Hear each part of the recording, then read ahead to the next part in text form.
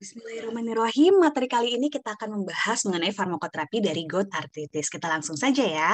Nah, jadi sebenarnya apa sih gout arthritis itu? Jadi gout itu merupakan penyakit yang ditandai dengan adanya peningkatan kadar serum asam urat. Atau kondisi ini biasa juga disebut dengan hiperurisemia. Hiper tinggi, uris itu asam urat, emia itu darah. Jadi peningkatan kadar asam urat di dalam darah. Di masyarakat biasa penyakit ini disebut juga dengan penyakit rematik. Nah, ada definisi lain nih. Ternyata kalau misalnya gout itu merupakan penumpukan kristal asam urat ya, monosodium urat ya di jaringan dan cairan di dalam tubuh. Tentunya kita bertanya-tanya dong ya, kenapa sih bisa asam urat ini menumpuk ya?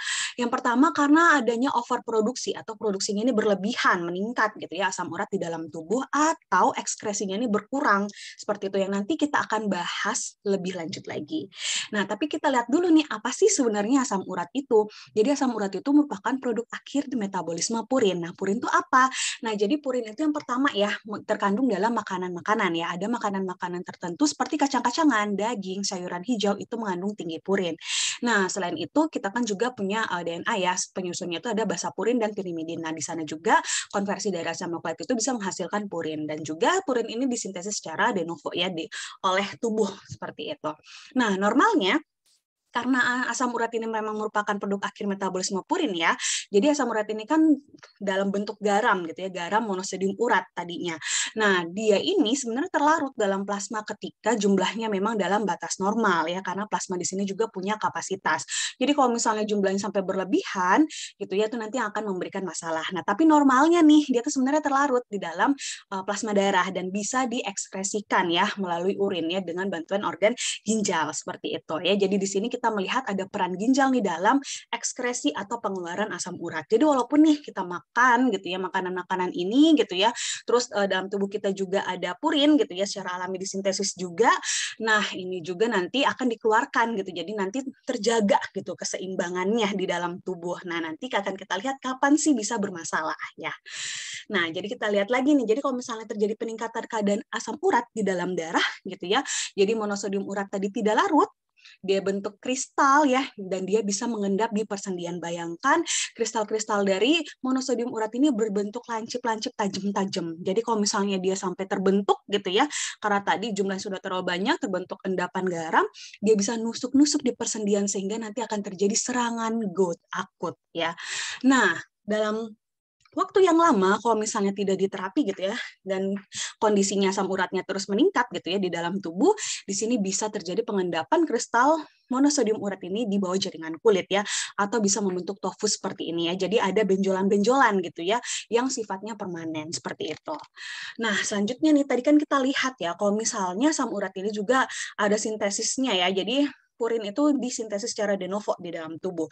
Nah, untuk sintesisnya ini kita perlu ingat dua enzim ini. Enzim pertama adalah PRPP sintase. Nah, enzim ini yang meningkatkan sintesis asam urat. Nah, yang kedua adalah enzim HGPRT ase, di mana enzim ini yang menurunkan sintesis asam urat. Ya, jadi kita bisa lihat dong kalau misalnya enzim ini meningkat, berarti sintesis asam urat juga meningkat. Kadar asam urat bisa meningkat.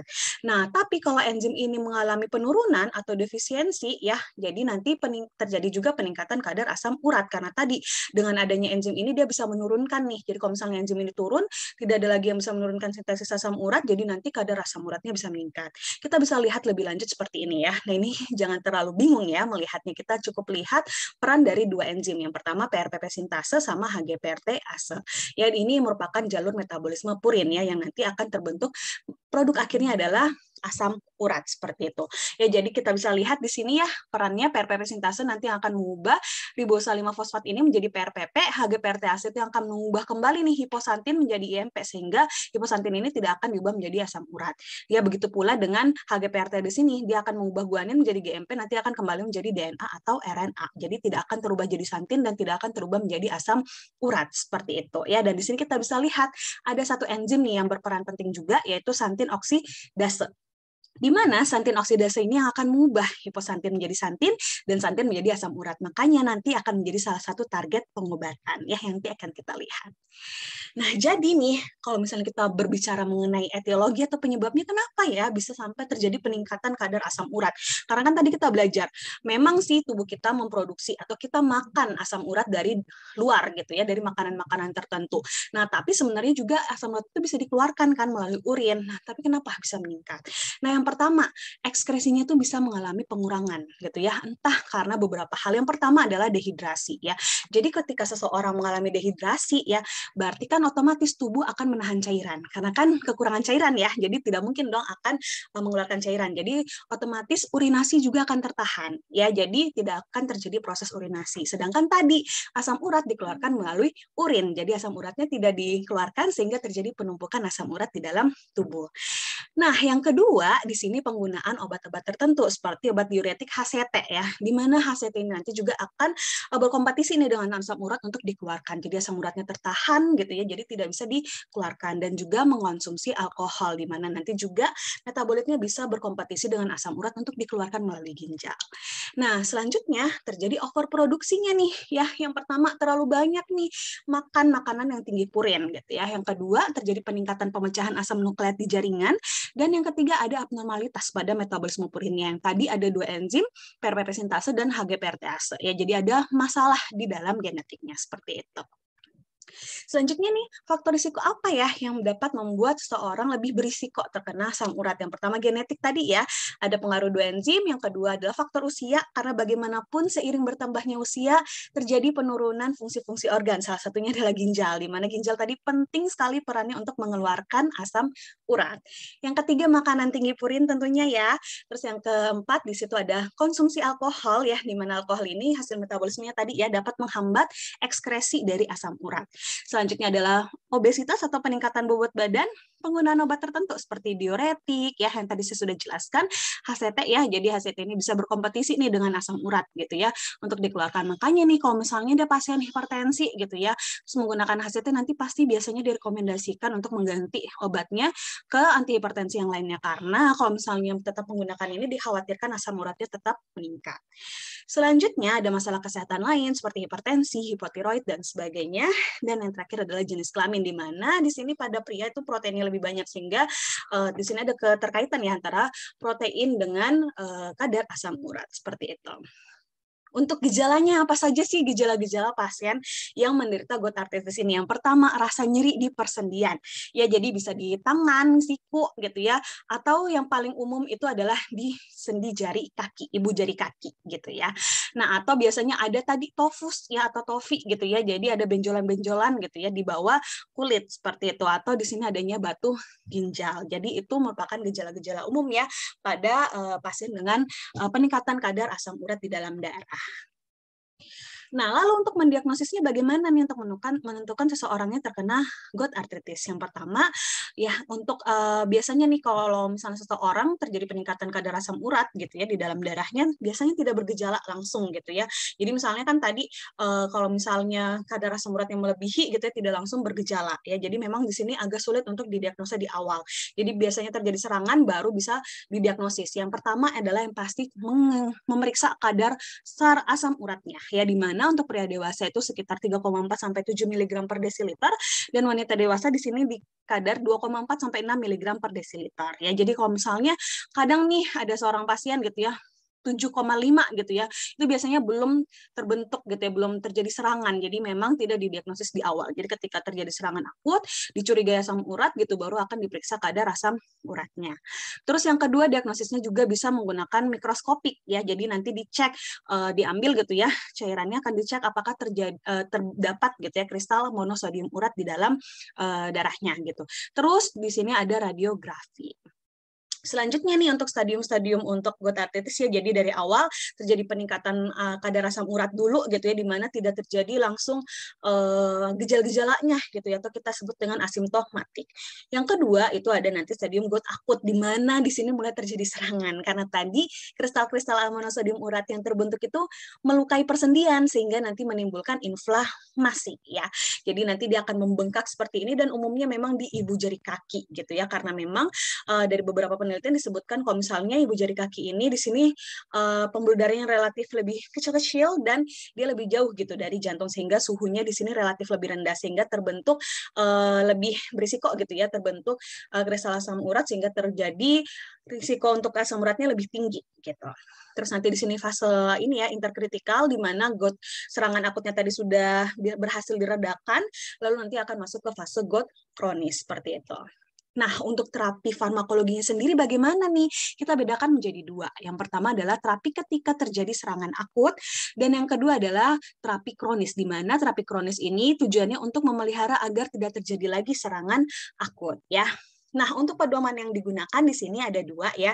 Jadi ada dari ACR, di sini ada dari Amerika ya tahun 2020, dan di sini dari Perhimpunan Rheumatologi Indonesia atau IRA ya, Indonesian Rheumatology Association. Di sini ada tahun 2018.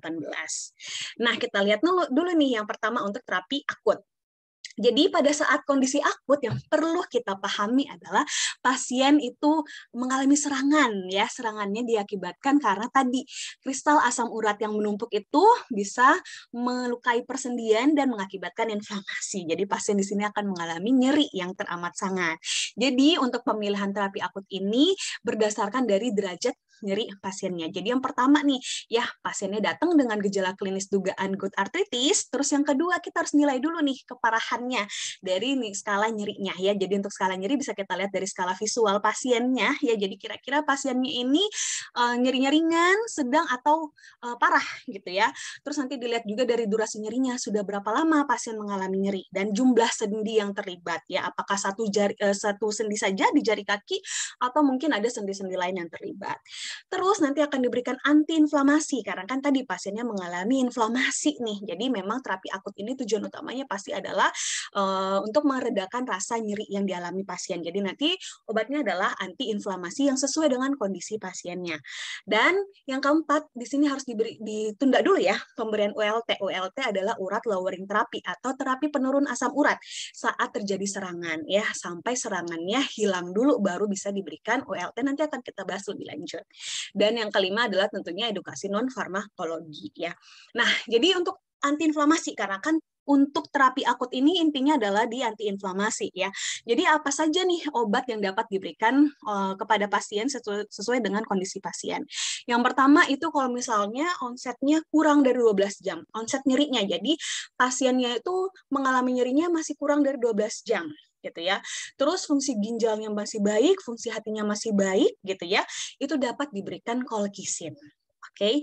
Jadi kalau misalnya di sini pasiennya tidak ada keluhan yang lain gitu ya, seperti tidak ada kerusakan ginjal, kerusakan hati, itu bisa diberikan colchicine dan onsetnya masih 12 jam karena colchicine ini merupakan lini pertama antiinflamasi pada pasien gout arthritis.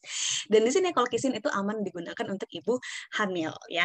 Terus yang kedua ternyata kalau misalnya onsetnya di atas 12 jam ya, tapi fungsi ginjalnya masih baik, tidak dari riwayat hipertensi, tidak dari riwayat gastritis, di sini bisa diberikan obat NSAID ya, seperti piroxicam, meloxicam gitu ya, itu bisa diberikan. Tapi NSAID ini tidak disarankan untuk digunakan pada ibu hamil. Jadi harus hati-hati ya ketika menggunakan NSAID. Yang ketiga, kalau misalnya onsetnya di atas 12 jam, tidak merespon nih terhadap NSAID, nggak mempan gitu ya. Terus tapi pasiennya tidak ada riwayat hipertensi, diabetes, hiperlipid, atau osteoporosis, bisa menggunakan kortikosteroid ya, seperti metoprolol dan teman-temannya. Dan di sini juga kortikosteroid aman untuk ibu hamil ya. Nah, ini ada catatan ya. Jadi tadi seperti yang saya sudah jelaskan, kalau misalnya pasiennya ada riwayat hipertensi nih, terus menggunakan HCT, sebaiknya diganti obatnya. Karena tadi kita sudah belajar kalau misalnya HCT ini bisa meningkatkan asam urat. Yang kedua, kalau misalnya nih tadi kan di sini ya syaratnya di sini menggunakan NSAID tidak ada riwayat hipertensi. Tapi kalau ternyata pasiennya ada hipertensi gimana? Nah, kalau terus butuhnya memang NSAID ya sudah tidak apa-apa, coba nanti diberikan tapi dengan syarat pemantauan ketat pada tekanan darah pasiennya ya. Jadi kalau misalnya menggunakan NSAID hipertensi gitu ya, terus nanti tekanan darahnya meningkat, itu bisa disarankan ya untuk diganti atau dihentikan. Terus yang ketiga di sini kortikosteroid di sini dapat digunakan kalau misalnya pasiennya ada riwayat gangguan ginjal yang berat ya. Terus di sini kalau misalnya nyeri juga tidak mereda bisa dipertimbangkan untuk diberikan opioid ya. Lalu bagaimana nih untuk kombinasi? Biasanya untuk terapi kombinasi ini bisa diberikan kalau misalnya tadi kita lihat dari skala visual gitu ya.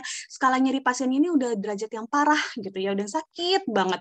Dan kalau misalnya ada sendinya kan tadi ya, dilihat dari sendi yang terlibat gitu ya, apakah satu atau dua gitu ya. Jadi kalau misalnya lebih dari satu sendi, itu biasanya sudah menggunakan terapi kombinasi. Kombinasi yang bisa menggunakan colchicine dengan NSAID gitu ya, atau NSAID dan kortikosteroid itu bebas gitu ya. Nanti disesuaikan dengan profil pasiennya. Nah, selanjutnya nih, kan tadi ya kita belajar kalau misalnya, oh iya, asam uratnya meningkat gitu ya, di dalam darah, apakah kita harus berikan dia obat penurun asam urat gitu ya. Karena kan kita berpikir juga kalau misalnya normalnya asam urat ini bisa dikeluarkan melalui urin gitu ya dengan bantuan ginjal tadi.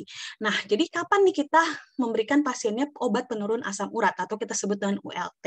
Nah, itu masuk ke dalam terapi kronis ya. Jadi kita lihat dulu nih kalau misalnya terapi kronis itu ada dua. Yang pertama ada urikostatik ya, di mana untuk golongan urikostatik ini obatnya ada allopurinol sama febuxostat ya. Jadi allopurinol sama febuxostat ini mekanisme kerjanya dia adalah menghambat enzim santin oksidase yang tadi berperan dalam pengubahan hiposantin menjadi santin dan menjadi asam urat ya. Jadi nanti obatnya akan menghambat enzim tersebut. Jadi nanti sintesis asam urat di dalam tubuh bisa menurun.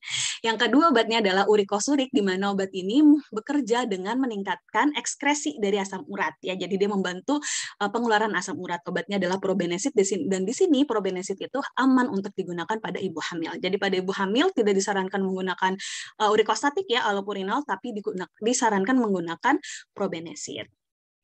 Nah, lalu muncullah pertanyaan yang tadi, kapan nih kita berikan ULT pada pasien gitu ya. Jadi kita harus melakukan penilaian kriteria pasien indikasi ULT. Yang pertama, kalau serangan tersebut sudah terjadi lebih dari 2 kali dalam setahun gitu ya, atau pasien baru nih serangan pertama tapi pada saat diperiksa asam uratnya sudah di atas sama dengan 8 mg per desiliter.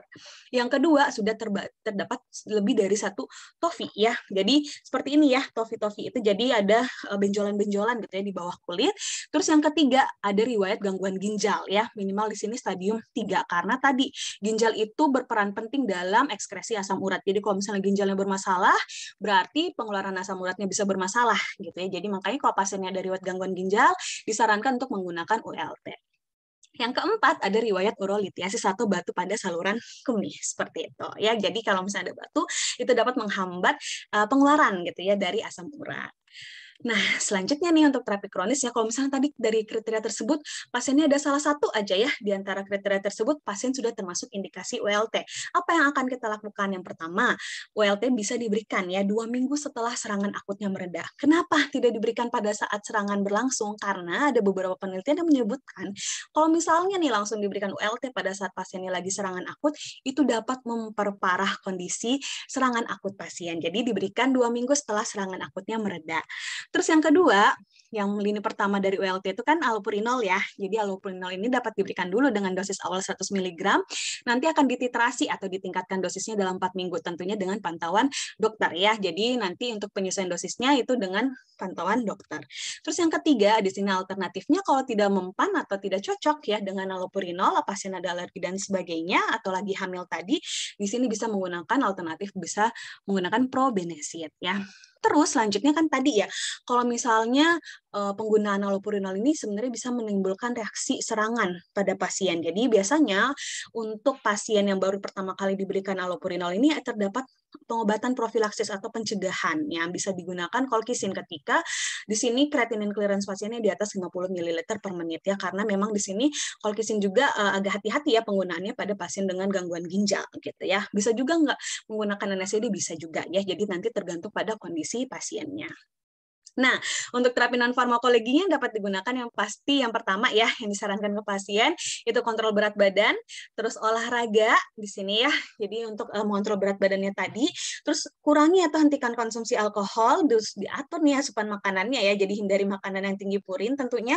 Dan di sini terapi hidrasi yang menjaga asupan air gitu ya. Karena tadi kita melihat kalau misalnya asam urat ini bisa dikeluarkan melalui ginjal. Jadi kalau misalnya banyak minum air putih, sering urinasi, itu juga bisa meningkatkan ekskresi dari asam urat seperti itu.